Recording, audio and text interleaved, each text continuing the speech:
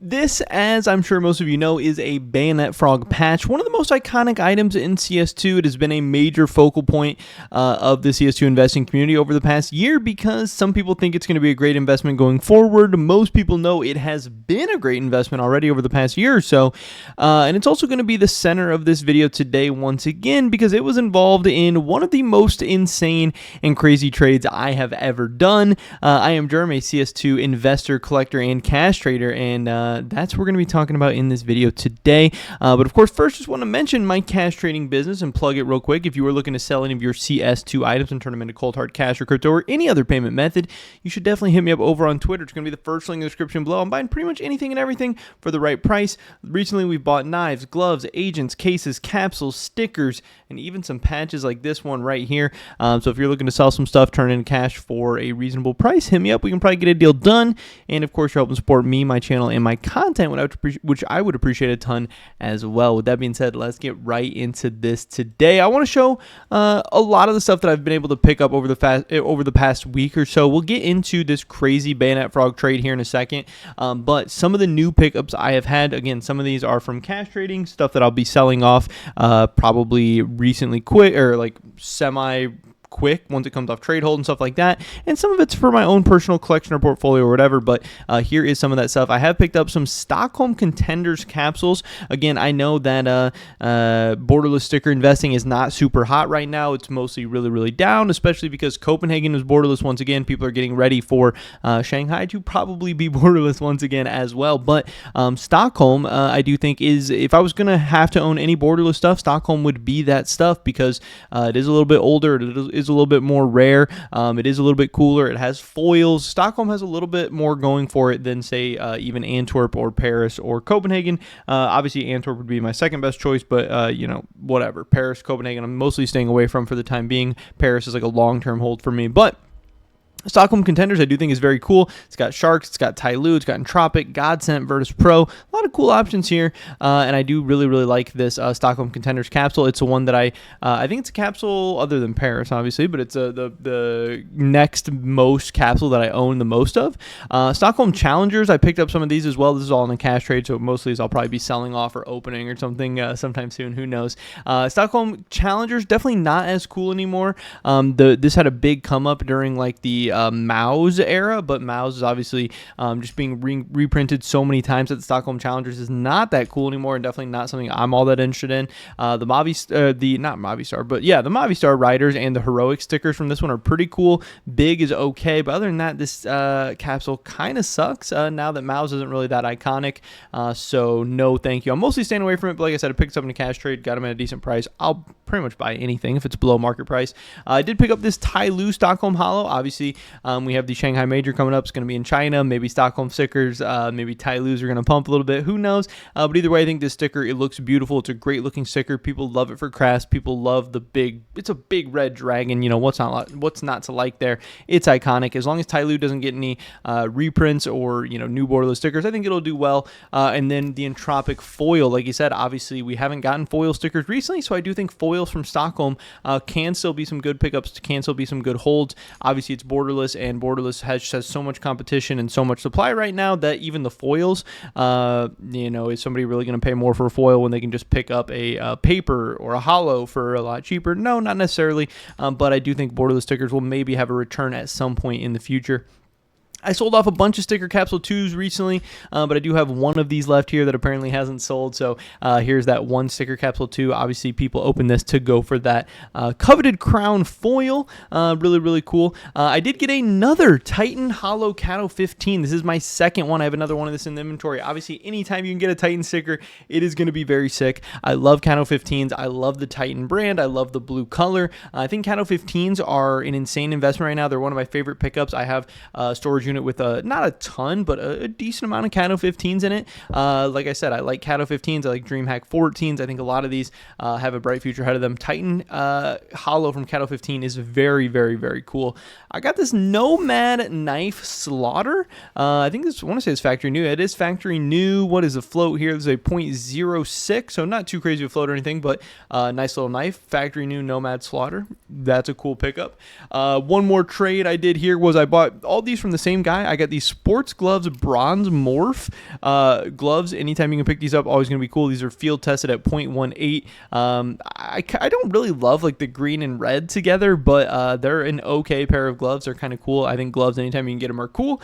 He was pairing them up with this Kukri knife Crimson Web. Let me know what you guys think of that combo overall, but I bought his glove and knife combo from him at the same time. Field tested Kukri knife Crimson Web. And then he also threw in a bunch of Prisma 2 cases. All of these Prisma 2 cases are from that same guy. Prisma 2 case is the rare case that I do own the most of, so I'm probably going to look to sell off the gloves and the knife, but I might just hold on to these Prisma 2 cases and, you know, throw that into like my personal portfolio. So maybe I'll like break even on the knives and gloves, but then I got a bunch of Prisma 2 cases for free. That would be a very, very good outcome, very good trade for me. I don't know if that's exactly how the math works out, but again, Prisma 2, I believe it's the second most unboxed rare case right now. I don't know. It's probably behind like Clutch and Snakebite and stuff, but out of the like a little bit older rare cases, I think Danger Zone's the only case that's more unboxed than Prisma 2 right now. Yeah, it has a little bit of the competition with Prisma 1, but Prisma 2 has insane unboxing rates. It's a cheap rare case. I think the sky's the limit for Prisma 2 going forward in the future. I could easily see this doubling, you know, not too long of a time frame. So I'm loading up on Prisma 2s. I have a ton of them, and I got some more. And then I also got this Gamma knife, this butterfly knife, Gamma Doppler. This is a Phase 3 factory new, very, very, very sick. We've been talking a lot about butterfly knife Gamma Dopplers recently because they're in the Riptide cases that have been pumping. They're obviously in Dreams and Nightmares. But yeah, we've been talking about Riptide cases a lot and why Riptide cases are so cool. And part of it is because why people like them so much, or why the price has been going up. And part of it is because of the butterfly knife Gamma Doppler. And that's obviously why part of the reason why people like Dreams and Nightmares so much as well. Don't know that I've ever owned one of these before, but getting my hands on one is very, very, very cool. I love butterfly knives. They're my favorite knife to use in game.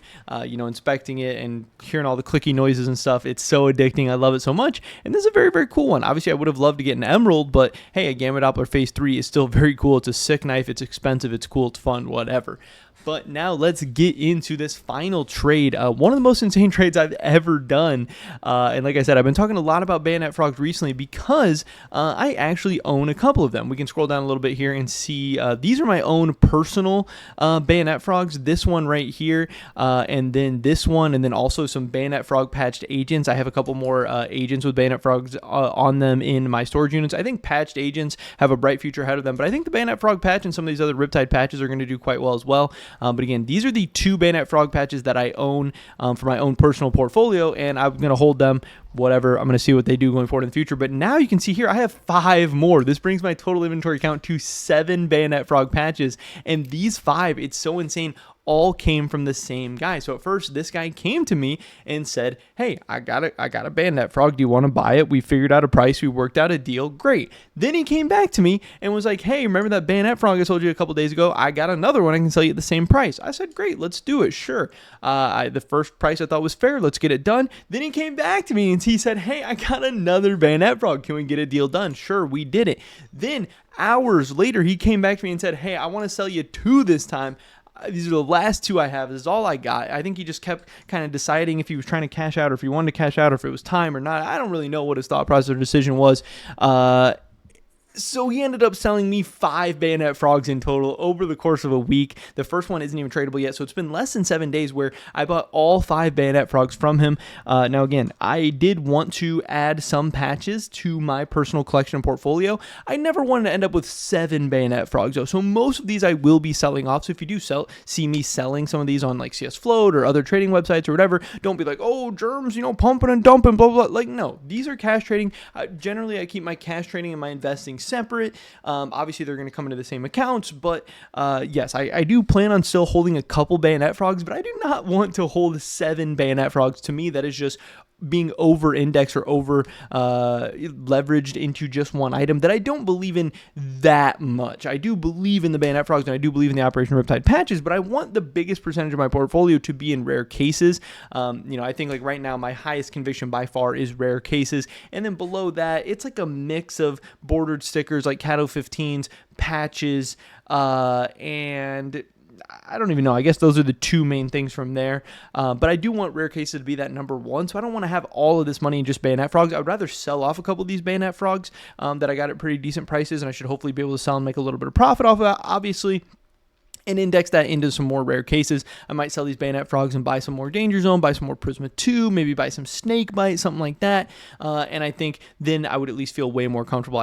Because again, I don't know what the future holds for bayonet frogs. I could see them going to 1,000, or I could see them pulling back a little bit and going into the 2, 3, 400 range, especially if we get a new operation that drops us some new patches. I do think the bayonet frogs super long term are probably going to hit 1,000 at some point. I could definitely see that. I don't know how long it's going to take, and I think in the meantime, I just want to own a couple of them so I have some exposure to bayonet frogs. But yeah, one of the most insane trades ever. One guy coming to me with 5 bayonet frogs and being able to buy all of them off the same person, all for pretty decent, pretty competitive prices, and prices that I hope they were happy with as well, is really, really exciting to me, and definitely one of the craziest trades I've ever done. For a long time, I was trying to get my first bayonet frog, and now the fact that I owned 7 of them is a little bit ridiculous. But it's a little bit exciting as well. It's definitely a good problem to have because, like I said, bayonet frog has been one of the most iconic items in CS2 recently. It's had an amazing year. It's been, I think, the best performing investment like over the past year or two, and I can't wait to see what the future has in store for the couple of bayonet frogs that I own, and maybe all 7 of these bayonet frogs total. I hope they go to a good home, and I hope whoever ends up getting them makes a lot of money off them going forward as well. But that's pretty much it for this video today, guys. Talking about one of my craziest trades that I've ever completed, picking up 5 bayonet frogs in one trade, and showing off some of the other stuff I bought recently. Hopefully, catch you guys in the next one. Until then. Peace.